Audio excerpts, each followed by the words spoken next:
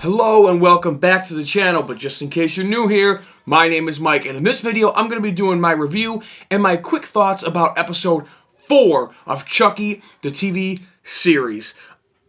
Spoiler alert, I fucking loved it. So without further ado, let's slice right into this. So one of the first things that I really want to give a shout out to is something that I talked about in the very first episode and the second episode of the television series, is that I love all the homages and all the nods that they're given to other horror franchises. Don Mancini himself said that this episode actually was a giant homage to Halloween 2, and also some little sprinklings in of things like The Shining with the ball rolling down the hallway. That's straight from Don Mancini himself. If you go to Sci-Fi's YouTube channel, you can see a behind-the-scenes video and like a little discussion from the cast and crew about that specific episode. It's one of my favorite things to do. It's become a ritual for me. After the episode ends, usually the next day because I got to go to work, usually the next day I'll go and watch that. It's kind of become a ritual, almost like Walking Dead, Talking Dead thing, right? It's part of the ritual.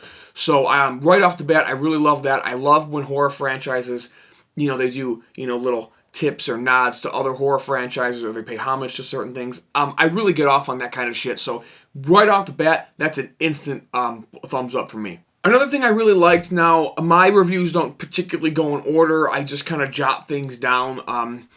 During watching the episode, I jot down some things I want to talk about, and then some things pop in my head, like right before I hit record, or right after I hit record, or, things of that nature, whatnot. Y'all know the drill. One thing I really enjoyed was getting to see the parents' reaction to when they heard the news about Oliver's death. Now, the reason I like this is because I'm not some sick fucking person, and I get off on people's pain or some shit like that. I'm not this fucking guy. You know what I mean? It's nothing like that. It's just, I like that Jake saw it, right? So not so much that we saw it, but that Jake saw it, because he starts to see the repercussions of his actions, right? By him handing over the Chucky doll we talked about in the last video, by him doing that, he was inadvertently a killer. It is inadvertently his fault. It is his fault that Oliver is dead. It's his fault that his parents are feeling that pain right now. It is all his fault. And I really like that when he's walking through the hospital, Jake doesn't know who's alive, who's hurt, who's dead. He doesn't know anything. All he knows is this is his fault, and you get to see him wear that on his face and carry that on his shoulders like, this was all me. This was all me. I loved that. And on that same sequence and other sequences later, like with Lexi and Jake, I felt like the writing and the dialogue between like the parent scene and like the waiting room of the hospital, I felt like the writing was the best in this episode than it's been yet. And not that it's been bad, but I mean, if the writing was here in episodes 1 through 3, it's like here. You know what I mean? Here you go. Go back into frame here. It's like up here in episode 4, man. The writing is so great. The dialogue, I believe, it's believable. It's juicy. It's almost heart-wrenching in a way. I love it. The writing's been phenomenal, and I really, really, really loved Jake seeing that reaction and him wear that on his face as he walks through the hospital of what he actually has done. my next little note that I got here on my little notepad here, which my daughter drew me a little ostrich, whatever the hell that thing is. Not bad, actually, for a 7-year-old. Yeah, I actually wrote down here, if y'all could see, I wrote, Devin's mom knows some shit. That was one of my notes, because I really love how this character, since the very first episode, has been piecing together these little clues, and I think she knows more than she's letting off. Like, at first, it was, I don't really trust this Jake kid, things seem to be going weird around him. But then when she went to the trick-or-treating lady's house and she said the doll with the overalls, and now she's starting to ask more questions about the doll. Where is the doll? I think she knows some shit. Who knows? Maybe, I'm just throwing this out there off the top of my head, maybe Devin's mom, maybe she grew up in Hackensack. Maybe she knows about Charles Lee Ray. Maybe she knows about the original killer. Maybe she knows some shit, you guys. And I really love how they're building this character up to where she's putting puzzle pieces together. We don't see how much of the puzzle she has put together yet, but we know she's got something. And I can't wait for her to just drop that bomb on people and be like, I know what the fuck's going on. Can't wait for that. Great writing, having a lot of fun with that character. I also alluded to this a little bit just a second ago, was the meeting between Lexi's parents and, well, now Jake's parents. watching those two come together and the sparks fly and the tension, you know what I mean, was really good. Like I said, the writing, I thought the writing was phenomenal in this scene. I thought it was really well done. I thought it was believable, right? Like everything they said to each other, I thought was believable. I thought the acting was top notch. And I had to put this on here. I had to mention this strictly for fucking Dr. Foley. I mean, Lexi's dad getting fucking clocked one. Because that motherfucker deserves it. Hell, he should have hit the mom too. Or the mom should have hit the mom. Correct that. Don't fucking cancel me. Correct it. I took it back. God damn it. I took it back. No, I'm not editing it out. No, I took it back. Got me? So no, but in all seriousness, guys, I'm just being goofy right now. But yeah, almost said Dr. Foley again. Lexi's dad getting fucking punched in the face was fucking awesome, and I loved how he was trying to nut up. Like, man, what are you gonna do, man? Devin Sawa will fuck you up, man. But yeah, so that was super cool. I really appreciated that scene. Again, great writing, great tension. I thought it was very believable, and it definitely kind of shows the headspace where the parents are at. And then, of course, when Devin's mom comes in and she drops the hammer down and is like, hey, there's some serious shit going on here. You know what I mean? Great scene. Absolutely loved it. Another one of my favorite things in like all of cinema in general, movies, TV shows, whatever, is it's almost like, even in wrestling too, it's the unlikely team up, right? Like the Rock and Sock Connection or something. I love when you take two characters that have no business like teaming up, but they have to for the sake of like their safety or for to overcome the enemy or whatever.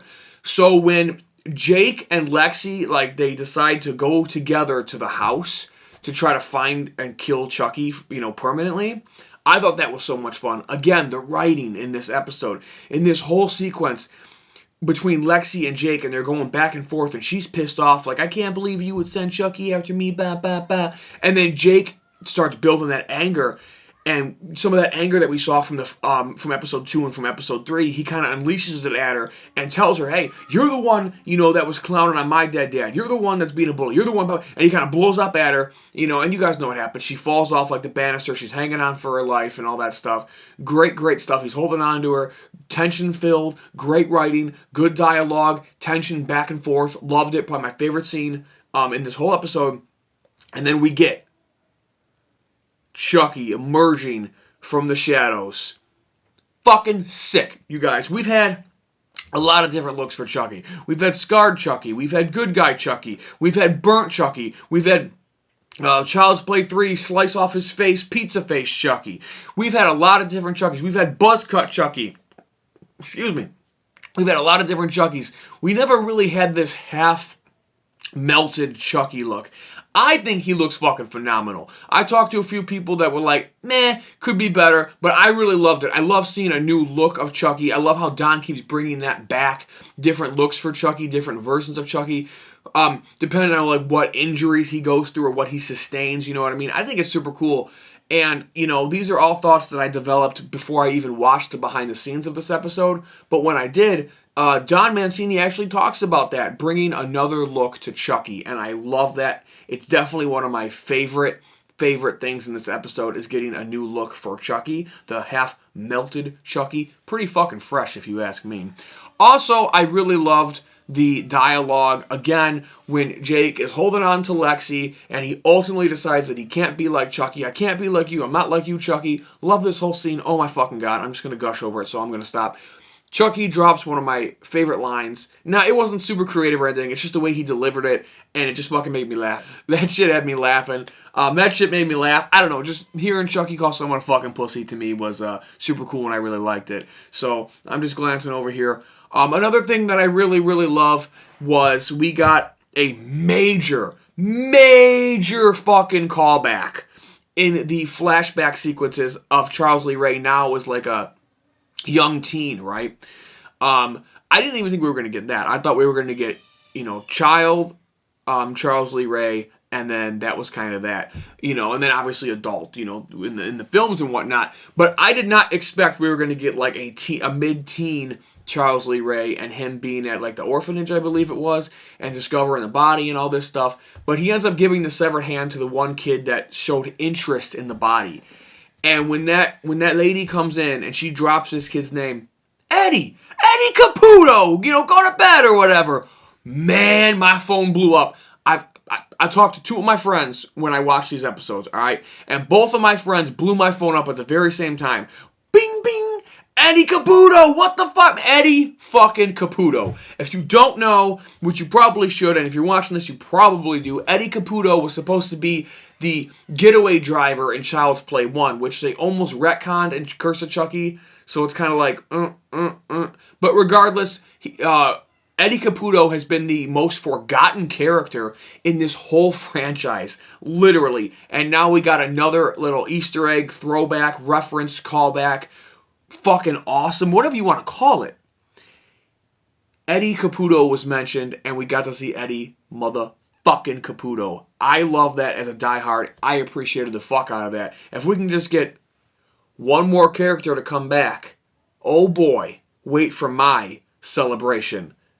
If Glenn comes back, or Glenda, either one. If they come back, wait for that celebration video. And this episode, again, is probably my favorite episode we've gotten yet, and I say that every week, but honestly, they just get better and better. And it has a great ending with multiple teases of, there's multiple Chuckies at this hospital, right? There is multiple fucking Chuckies at this hospital. There's no doubt now. It's clear as day, but they're teasing it, right? So maybe for people that haven't seen Colt or whatever, it's going to blow their fucking mind when they start seeing multiple Chuckies, and it's going to blow their mind. But for us diehards that know the franchise and we know Colt, it's just going to be cool for us. It's not so much going to blow our mind. It's just going to be something super cool to see again, because we haven't seen it since Colt. But I love the ending of this with Chucky sitting on the counter, and he fucking gives the big old middle finger, man, to Lexi and Jake and everybody watching. And to me, that fucked with me, because I thought Chucky was going to reveal himself to the whole room. I'm like, oh shit! Oh shit! Like, I can't recall a time in the franchise where he literally, there's a whole room of people, and he just reveals himself just in the flesh to everyone. Like, I don't give a fuck anymore.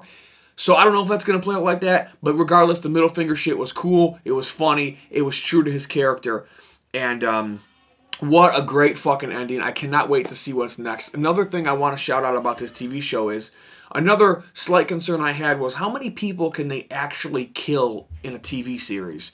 Chucky, thus far, has killed someone in every episode. Every episode has a kill, and that is a super cool format. Don Mancini's killing it, and I love this show. Episode 4 is probably my favorite to date yet. Cannot wait to see what's next. And of course, I want to say thank you, and you, and you, and you, and you, and you, and you, and you so very much for watching. It means the fucking world to me. You all know how much it means to me. If you watch my videos, you see how much I say thank you. You see how much I practically gush over people. Because it really does mean the world to me that y'all watch this stuff and that we can build this community together. Because I always say it's not about me, it's about us. Now, obviously, I talked about this in the last video. My motivation and my drive in life in general has been just kind of in the dumps. That's why these videos are so late, and I'm really, really sorry about that. I'm going to do my very best to stick to my word and have these reviews out the weekend of the episode. It's not going to be this double backing stuff. I'm really sorry about that, everybody. Like, truly, truly, truly, I'm really sorry.